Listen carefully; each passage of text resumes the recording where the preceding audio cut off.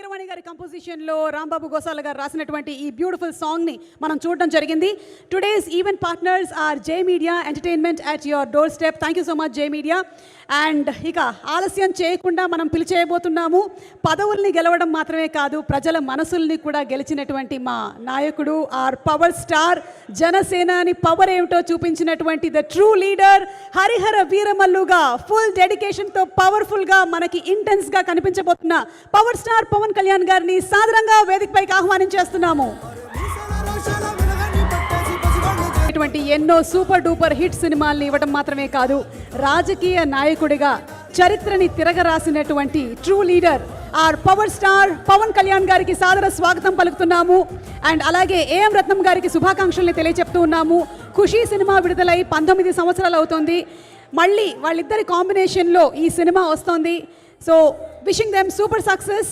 Mega Surya productions banner పైన వస్తున్నటువంటి film, AM రత్నం గారు ప్రెజెన్స్ అండ్ దయాకర్ రావు గారు నిర్మాతగా, జ్యోతి కృష్ణ గారు అండ్ క్రిష్ గారు దర్శకులుగా వస్తున్నటువంటి సినిమా. మనోజ్ పరమహంస గారు డిఓపిగా, కేఎల్ ప్రవీణ్ గారు ఎడిటర్గా అండ్ తోటతరణి గారు ప్రొడక్షన్ డిజైనింగ్ చేసినటువంటి ఫిల్మ్. నిధి చాలా గ్లామరస్గా, బ్యూటిఫుల్గా అండ్ బ్రిలియంట్ పర్ఫార్మర్గా చేసినటువంటి ఫిల్మ్. బాబీ డియోల్ గారు ద మొఘల్ ఎంపరర్గా కనిపించబోతున్న ఫిల్మ్. మా పవర్ స్టార్ పవన్ కళ్యాణ్ గారు హరిహర వీర మల్లుగా మనం జూలై 24వ తారీఖున చూడబోతున్నటువంటి ఈ తరుణంలో వారికి శుభాకాంక్షల్ని చెప్తూ వేదికపైకి ఆహ్వానించేస్తున్నాము. Group picture.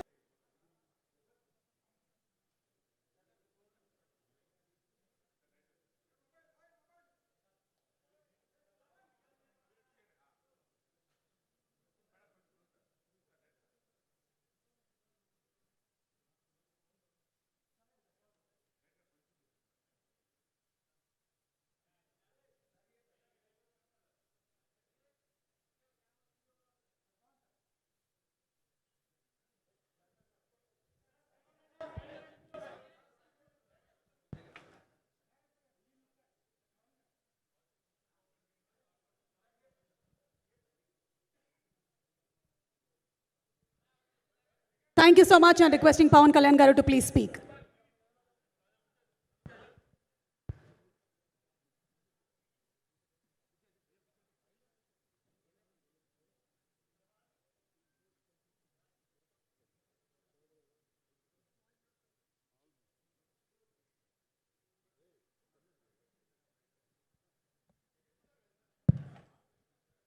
పోడియం లేకపోతే కొంచెం మాట్లాడడం కష్టం నాకు. అంటే ఎలా ఉందంటే నగ్నంగా ఉన్నట్టుంది పోడియం లేకపోతే. కొంచెం అందరూ మీరు దయచేసి వస్తే let me have an interaction. అంటే నా జీవితంలో మొట్టమొదటిసారిగా అంటే ఎప్పుడు చేశాను ఇంత, నాకు పొలిటికల్ ఇంటరాక్షన్ చేశాను కానీ మీడియా మిత్రులతోటి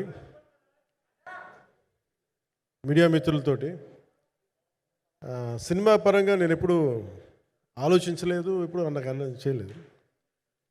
ఫస్ట్ టైం మొదటిసారి నేను ఎప్పుడు కొంచెం మొహాట పడతాను మాట్లాడటానికి సినిమాకి సంబంధించినంత వరకు. ఇక్కడ సినిమాని ఎలా ప్రమోట్ చేసుకోవాలో నాకు తెలియదు. పని చేయడం తెలుసు తప్ప దీన్ని అంటే మనం ఇంత చేసామని చెప్పడం ఎప్పుడు నాకు కొంచెం ఎబ్బెట్టుగాను ఇబ్బందిగా ఉంటుంది.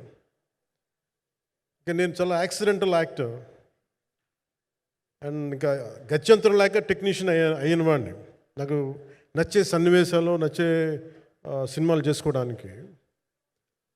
ఆ పరిస్థితుల్లో ఇది నా మొదటి ఇంటరాక్షన్. ఇది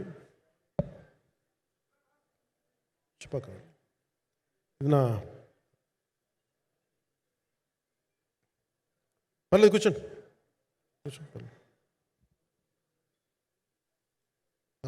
రథం గారు వస్తారు.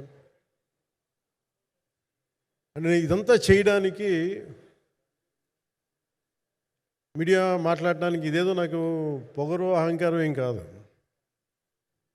సినిమా గురించి నాకు చెప్పుకోవడం ఎబ్బెట్టుకోవడం, ఏం మాట్లాడాలో తెలియక, చెప్తే ఎక్కువైపోద్దా చెప్తే తక్కువ అయిపోద్దా అని. కానీ ఈ పర్టికులర్ ప్రెస్ మీట్ ఎందుకు పెట్టానంటే ఏం రత్నం గారి కోసం పెట్టాను. అంటే సినిమా బతకాలి, అంటే ఈవినింగ్ ఆడియో ఫంక్షన్ పెట్టుకొని మళ్ళీ ప్రెస్ మీట్ దేనికంటే మళ్ళీ నాకు మీతో ఇంటరాక్ట్ అయ్యే అవసరం ఫంక్షన్ తర్వాత ఉండకపోవచ్చేమో అని చెప్పేసి అదొకటి మేజర్ ఒక ఇది కన్సర్న్ అదొకటి. అంటే రత్నం గారు అంటే ఈవినింగ్ చెప్దాం అనుకున్నా, బట్ స్టిల్ ఇప్పుడే చెప్పేస్తున్నాను ఈ మాట.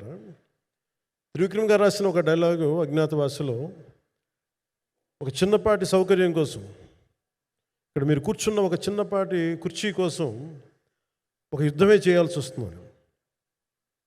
అలాంటిది ఒక సినిమాని చేయడం అంటే ఎన్నిసార్లు మినీ యుద్ధాలు చేయాలి, ఆర్థికంగా కావచ్చు, క్రియేటివ్గా కావచ్చు, వీటన్నిటికీ సంబంధించి. అలాంటిది నేను ఎప్పుడు కూడా సినిమాల్లోకి రాకముందు ఏం రత్నం గారు లాంటి వ్యక్తి నా ప్రొడ్యూసర్ అయితే బాగుండు అనుకున్నాను. భారతదేశానికి పాన్ ఇండియా సినిమాని, ముఖ్యంగా రీజనల్ సినిమాని జాతీయ స్థాయిలో తీసుకెళ్ళిన వ్యక్తి ఆయన. తమిళ సినిమాని చాలా ఛాలెంజింగ్ తెలుగులో డబ్ చేసి దాన్ని స్ట్రైట్ సినిమాలతో సమానంగా ఆడేంత సత్తా చూపించిన వ్యక్తి. Film industry creative ability, creative potentiality పెంచిన వ్యక్తి. ఈ సినిమా చాలా ఒడిదుడుకులు ఎదుర్కొంది, 2 కరోనా పరిస్థితులు ఎదుర్కొంది. అన్నిటికీ మధ్యలో సినిమా మన క్రియేటివ్గా కొంత ఇబ్బంది ఎదుర్కొంది. అల్టిమేట్ ఆబ్జెక్టివ్ సినిమా బాగా రావాలని, నేను ఎప్పుడు ఏం చేసినా సినిమా బాగా రావాలనుకుంటాను. ఈ సినిమాకి ప్రత్యేకించి ఆయన తపన చూసి నేను ముఖ్యంగా పొలిటికల్ ప్రాసెస్కి వెళ్ళిపోయిన తర్వాత, పాలిటిక్స్కి వెళ్ళిపోయిన తర్వాత, డైరెక్షన్ అని వీటికి దూరమై క్రియేటివ్ పార్టీకి దూరం అయిపోయిన తర్వాత, పాలిటిక్స్ నా ప్రైమరీ ఫోకస్ అయిపోయిన తర్వాత, మళ్ళీ దృష్టి పెట్టి సినిమా కావాలి మీరు చెయ్యాలని చెప్పి నా దగ్గరికి వచ్చి కోరుకున్నప్పుడు నేను ఎంత బెస్ట్ ఇవ్వగలను ఆ సినిమాకి అంత ఇచ్చాను. నేను అంటే నా బెస్ట్ ఇచ్చాను. అంటే నేను అంటే అన్నిటికంటే కూడా నేను ఇవ్వలేనిది టైం ఇవ్వలేను నేను. కానీ అలాంటి పరిస్థితుల్లో ఒక క్లైమాక్స్కి దాదాపు 57 రోజులు షూట్ చేయాల్సి వచ్చింది. మండు టెండ బాగా, ఇట్స్ కైండ్ ఆఫ్ ఒక మిడ్ మే, అంటే చాలా పిచ్చి ఎండ అన్నమాట. అలాంటి ఎండల్లో చాలా కాలం తర్వాత నాకు మార్షల్ ఆర్ట్స్, నేను ఎప్పుడో నేర్చుకున్న మార్షల్ ఆర్ట్స్, ఒక ఎస్క్రీమా కానీ, ఊషు కానీ, నేను నేర్చుకున్న సెల్ఫ్ డిఫెన్స్ టెక్నిక్స్ కానీ, యుఎస్లో నేను ఒక వర్క్షాప్ చేసిన జీత్ కండో ఇవి కానీ, ఇవన్నీ ఈ సినిమాకి నాకు పనికి వచ్చినాయి. నాకు వీళ్ళతో డిఫరెంట్ కొరియోగ్రాఫర్స్తో కూర్చొని ప్రత్యేకించి క్లైమాక్స్ పార్ట్ ఇది అందరికీ ఇన్స్పైర్ చేసింది. అంటే మన స్థూలంగా చెప్పాలి అంటే, ఒక క్లుప్తంగా చెప్పాలి అంటే, ఈ సినిమాకి ఇదే ఆయువు పట్టింది.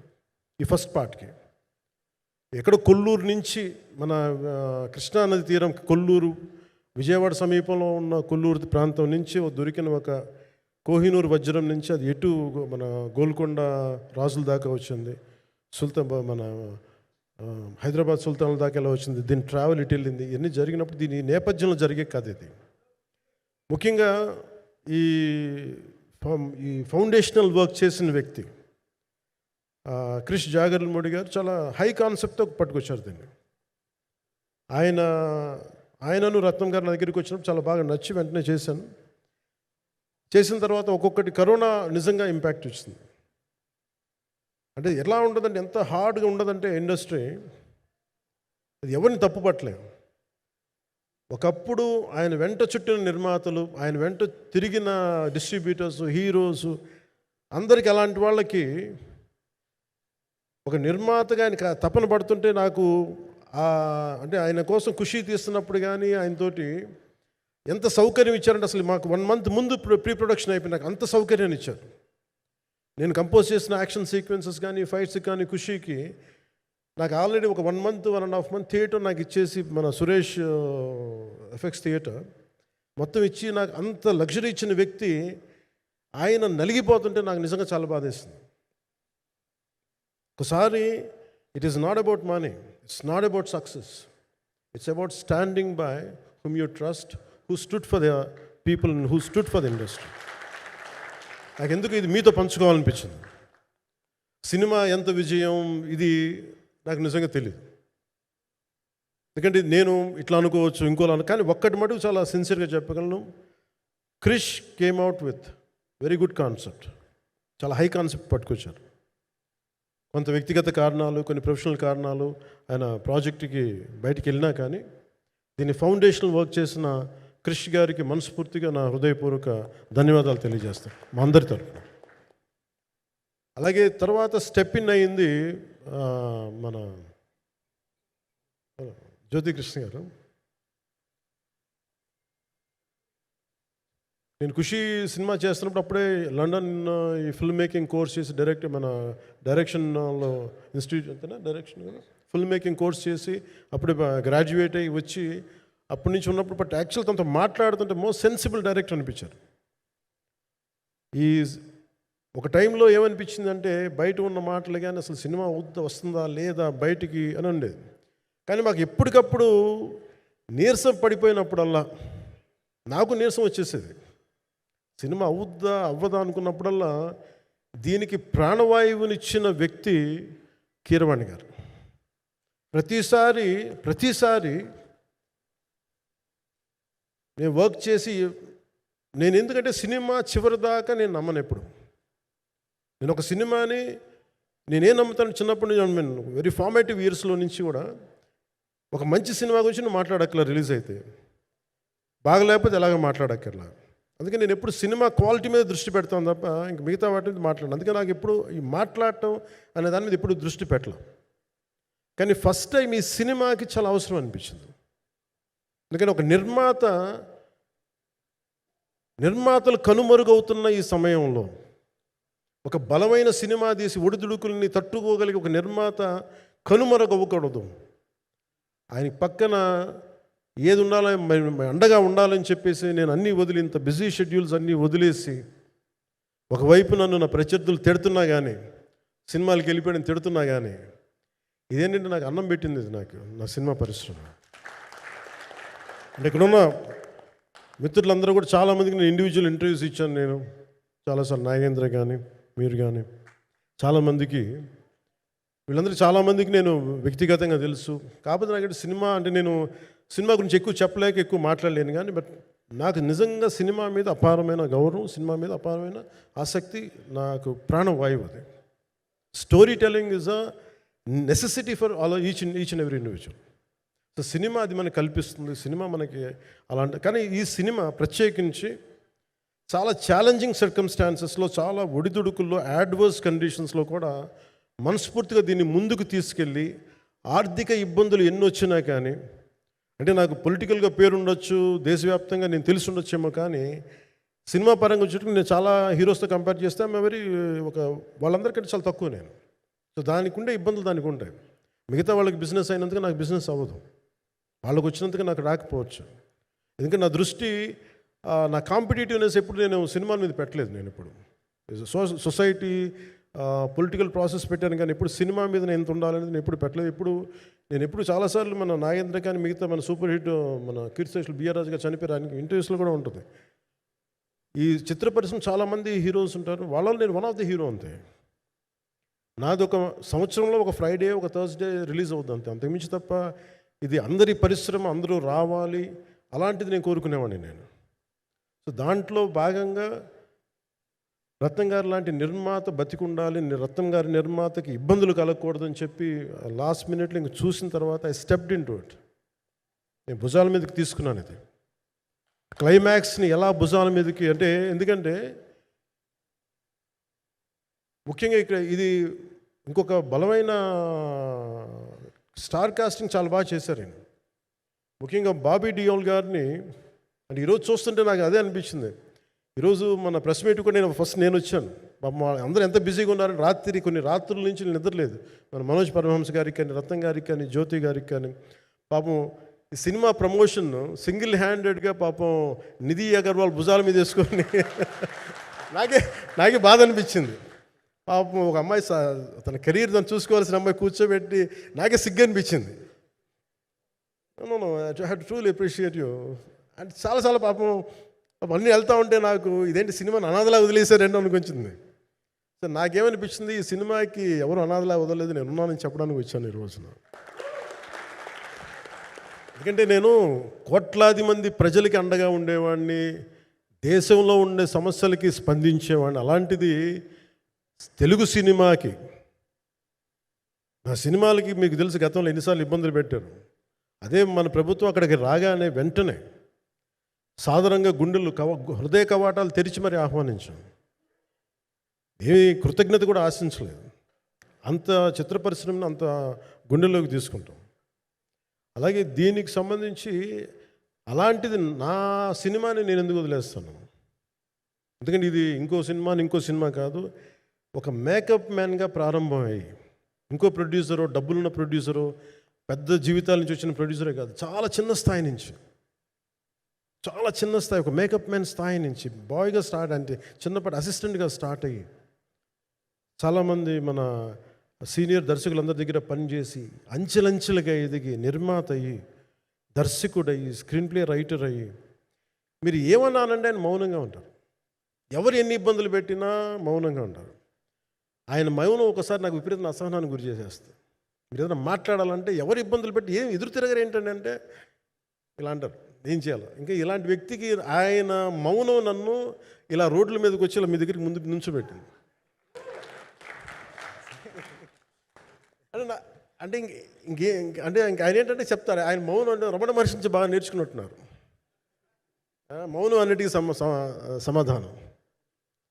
సో నాకు మనస్ఫూర్తిగా ఈ స్టార్ కాస్టింగ్ ఒకటి, అంటే నా చిత్ర పరిశ్రమ మీద ఎందుకు ఇంత గౌరవం అంటే మనందరం కులాల మీద, మతాల మీద, ప్రాంతాల మీద, భాషల మీద కొట్టుకుంటూ ఉంటాం. But any film industry take in this world, especially Indian film industry, దీనికి there is no caste discrimination, there is no region discrimination, there is no religion discrimination, nothing. It's purely your creative potentiality, purely your creative ability. నువ్వు చిరంజీవి గారి తమ్ముడు కావచ్చు, చిరంజీవి గారి కొడుకు కావచ్చు, లేదంటే ఇంకొకళ్ళు అబ్బాయి కావచ్చు, మేనల్లుడు కావచ్చు, ఇట్ డజంట్ మ్యాటర్. నీకు టాలెంట్ లేకపోతే నువ్వు నిలబడలేవు, నీకు సత్తా లేకపోతే నువ్వు ఇక్కడ ఉండలేవు. అది నా కొడుకైనా సరే. ఇట్ ఆల్ డిపెండ్స్ నీకు ఎంత టెనాసిటీ ఉంది, ఎంత పర్సీవరెన్స్ ఉంది, ఎంత నిలబెట్టుకోగలవు, ఎంత నిలదొక్కుకోగలవు, ప్రతికూలతలు ఎంత బలంగా నిలబడగలవు. ఒక నిర్మాత సినిమా తీయడం అంటే ఒక యజ్ఞం చేయడం లాంటిది.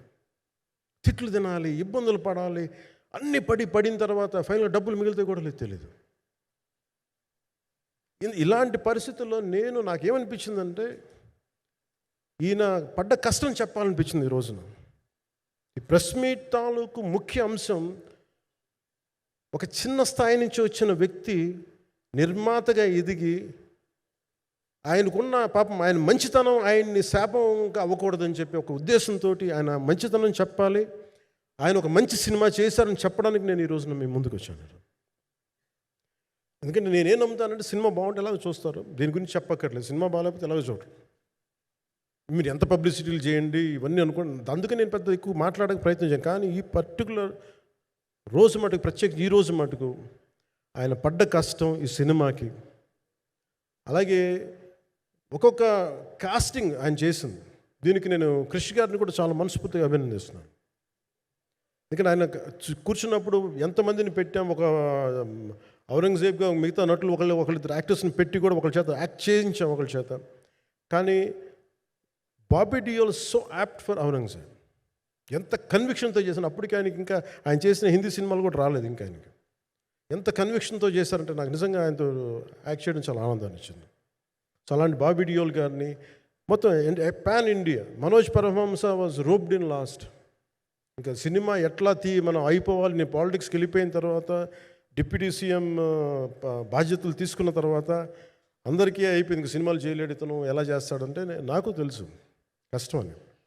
నేను ఎలా చేశాను ఈ సినిమా అంటే, పొద్దున్న 2 గంటలు చేసామండి బ్రేక్ఫాస్ట్ టైము, లేదంటే నా ఎక్సర్సైజ్ టైంని కొంచెం మిడ్ నైట్గో లేదంటే ఎర్లీ మార్నింగ్ 4 గంటలు పెట్టుకొని, ఆ 2 గంటలు ఏమి దొరుకుద్దో ఆ 2 గంటలు ఇస్తే జ్యోతి, మనోజ్ గారు, మన రత్నం గారు వీళ్ళు కూర్చొని ప్లాన్ చేసి, అది కూడా నా ఆఫీస్కి, నా పార్టీ ఆఫీస్కి కూతవేటు దూరంలో ఉన్న ఒక మా స్నేహితులు ఒక వాళ్ళ గోడౌన్ ఉంటే అక్కడ కూర్చొని షూట్ చేసాం.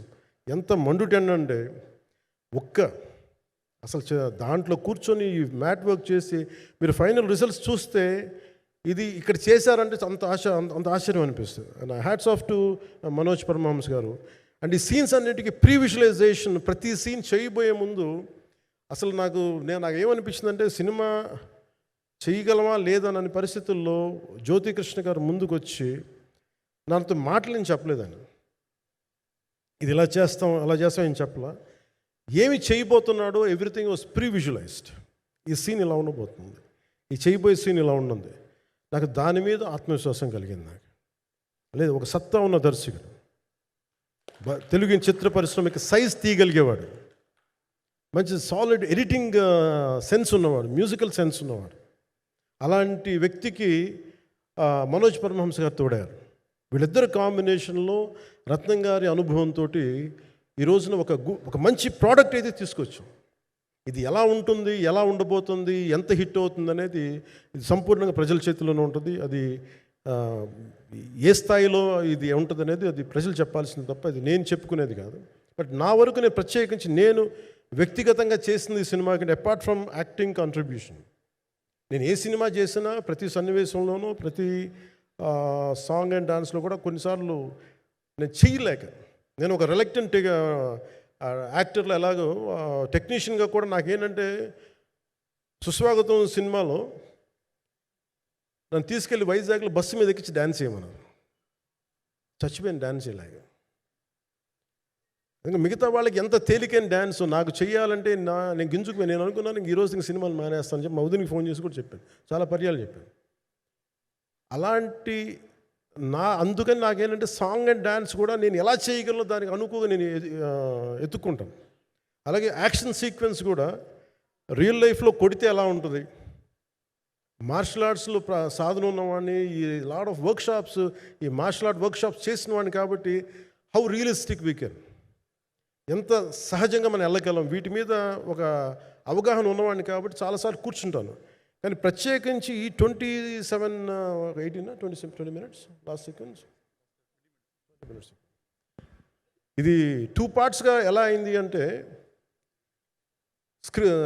ఒరిజినల్ థాట్ క్రిష్ గారి దగ్గర నుంచి వచ్చినప్పుడు ఇట్ వాస్ క్వైట్ లాంగ్. ఒక నిన్న ఈ సినిమా ఒక పాటలు అవుద్దని అనేవాడు మొదటి నుంచి. బట్ లేటర్ వాళ్ళు డిసైడ్ చేసుకొని ఒక టైంలో ఇది అవ్వదు, we want make it as 2 parts అనుకున్నప్పుడు ఎక్కడికి వచ్చి ఆగిందంటే ఈ క్లైమాక్స్ దగ్గరికి వచ్చి ఆగింది ఫస్ట్ పార్ట్. సో చెప్తున్నప్పుడు నాకేమనిపించిందంటే how else we can take it, how else we can scale it up. So దానికి నేను కూర్చొని నాకున్న ఈ మార్షల్ ఆర్ట్స్ కానీ బేసిక్ యాక్షన్ కొరియోగ్రఫీ నా ప్యాషన్ కాబట్టి ఈ పర్టికులర్ డ్రామా, ఈ పర్టికులర్ దాంట్లో ఏంటంటే మొఘల్ టైమ్స్లో ప్రతి ఒక సగటు భారతీయుడు అనుభవించిన బాధ అది. ఒక యావరేజ్ సగటు భారతీయుడు మొఘల్ కాలంలో అనుభవించిన ఒక ఒక సిచ్యువేషన్. ఆ సిచ్యువేషన్ హీరోకి సంబంధం ఉండదు, కానీ how he gets entangled, how he gets involved in it, that is outcome, that he's been captured. So దీన్ని ఒక 57 days మేము చేయగలిగామంటే ఆ రోజు నాకు కనుక మన జ్యోతి గారు ఉండుంటే పక్కన maybe out done it in at least ఒక 50% ఆఫ్ ఇట్. ఎందుకంటే నేను చెప్పింది అలా చేయగలరు ఇవన్నీ కూర్చోబెట్టి వీ డిడ్ అవర్ బెస్ట్. అంటే నేనేమనుకున్నానంటే క్లైమాక్స్ చేసేటప్పుడు ఇంక నేను సినిమాలు చేస్తానో కూడా లేదో నాకు తెలియదు, కానీ నాకు ఇష్టమైన నిర్మాత, తెలుగు చిత్ర పరిశ్రమకి నిజంగా ఒక అండగా ఉన్న నిర్మాత, I want give my best to him. నేను అందుకని ఆంధ్రప్రదేశ్ ప్రభుత్వానికి కూడా మన ముఖ్యమంత్రి గారికి కూడా తెలియజేశాను, ఈయన్ని ఫిల్మ్ డెవలప్మెంట్ కార్పొరేషన్కి చైర్మన్ నేను ప్రతిపాదించాను. అంటే నాకేంటంటే I don't want it to be a political, ఆయన నా నిర్మాతని కాదు, ఈయన అందరు హీరోలతో తీశారు, ఈయన పాన్ ఇండియాలో ప్రతి ఒక్కరు తెలిసి ఈయనంటే. ఇలాంటి వ్యక్తి ఉంటే మన తెలుగు చిత్ర పరిశ్రమకి బాగుంటుంది. అలాగే ప్రత్యేకించి తెలుగు చిత్ర పరిశ్రమ అనేది నాకు ఈ టాలీవుడ్ అనే పదాలు నాకు వాడటం నాకు ఇష్టం ఉండదు. Bollywood, Tollywood, Kollywood, Mollywood, why should we ape Hollywood? We have a greater story narrative ability మన దగ్గర ఉంది. We have a greater storytelling ability. We don't have to ape Hollywood. We take the best practices of Hollywood, but not necessarily the name of Hollywood. వాళ్ళకున్న professionalism మనం నేర్చుకోవాలి, వాళ్ళకున్న commitment నేర్చుకోవాలి, వాళ్ళకున్న production designing ability మనం తీసుకురాగలగాలి.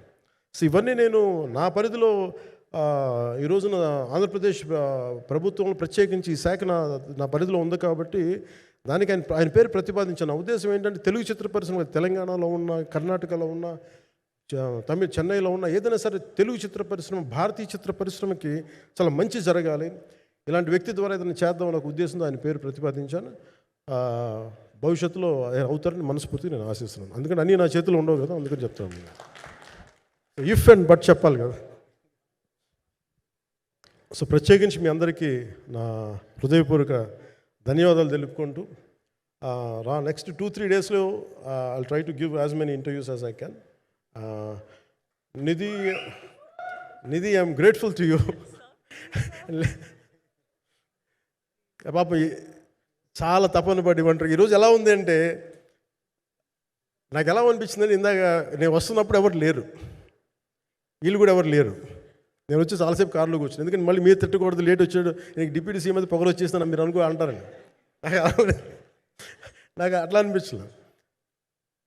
నాకు first time ఎందుకు media నాకు ఎందుకు అలవాటు పోయిందంటే, నేను వచ్చిన కొత్తల్లో ఈ జ్యోతి చిత్ర సితారా పేపర్స్ ఉన్నాయి. ఎవరో ఫోటోస్ వేయమంటే దిస్ గా ఈజ్ నాట్ సేలబుల్, ఇంకా అవసరం లేదు అంటే నా ఫోటోలు వేసేవాళ్ళు కాదు. సో నాకేమనిపించింది సార్, ఇంక నేను ఈయన కాడికి నేను ఏమి అంటున్నాను నాకు తెలియదు అని చెప్పేసి మా నిర్మాతలు కూడా ఉండేవాళ్ళు కాదు. సో నాకు పబ్లిసిటీ లేకుండా సినిమాలు రిలీజ్ అవ్వడం అలవాటు అయిపోయింది నాకు. సో అదే ప్రాక్టీస్ అయిపోయింది నాకు అంతే. మళ్ళీ కూర్చోబెట్టి మీరు ఏం మాట్లాడతారు, మళ్ళీ అది ఇటు తిరిగి వస్తుందని చెప్పేసి మిగతా అంత నాట్ టాకెటివ్. మీరు సినిమా పొలిటికల్ ప్రాసెస్కి వచ్చేటప్పుడు నేను ఏదైనా మాట్లాడగలను, కానీ సినిమా వచ్చేటప్పటికి చాలా చాలా ఒత్తిడి తీసుకోవాల్సి వస్తుంది. అంటే ఎంత కథ చెప్పాలి, ఎంత కథ చెప్పకూడదు, ఈ మాట అద్భుతంగా ఉందంటే ఏం అద్భుతంగా ఉందని మళ్ళీ తిడతారు తర్వాత, 100 ఆలోచనలతోటి స్లో డౌన్ అయిపోతాను. బట్ కానీ నాకు మనస్ఫూర్తిగా ఈ సినిమా ఐ హోప్ వచ్చిన ప్రతి ప్రేక్షకులందరికీ కూడా ఒక మంచి అనుభూతిని ఇస్తుందని నేను మనస్ఫూర్తిగా నమ్ముతున్నాను. ఖచ్చితంగా అలాంటి అనుభూతిని ఇస్తుంది. మీరు థియేటర్లోంచి బయటికి వెళ్ళేటప్పుడు మటుకు విల్ గో విత్ ఒక ఎనర్జెటిక్ ఫీల్తో వెళ్తాయి. అంతవరకు చెప్పగలను నేను. ఎందుకంటే నేనే నమ్ముతాను, సినిమాకి వెళ్ళేటప్పుడు సినిమా ఒక స్టోరీ చెప్పినప్పుడు నా జీవితంలో చిన్నపాటి ప్రభావం చూపించాలి. అలాంటి ప్రభావం, అలాంటి ఎనర్జీ ఇచ్చే సినిమా అవుతుందని మనస్ఫూర్తిగా నేను ఆశిస్తూ మీ అందరికీ ప్రత్యేకించి మీ అందరికీ పేరు పేరున ధన్యవాదాలు తెలియజేస్తాను. ఇంకా మాట్లాడాలని ఉంది కానీ సాయంత్రం ఈవెంట్ ఉంది కాబట్టి. సో ఇంకొక మారు నేను చెప్తాను ఎందుకు ఈ పర్టికులర్ ప్రెస్ మీట్ అంటే, I want to tell you I'm grateful to each one of you. I'm grateful to you. Thank you for standing by us. Thank you very much.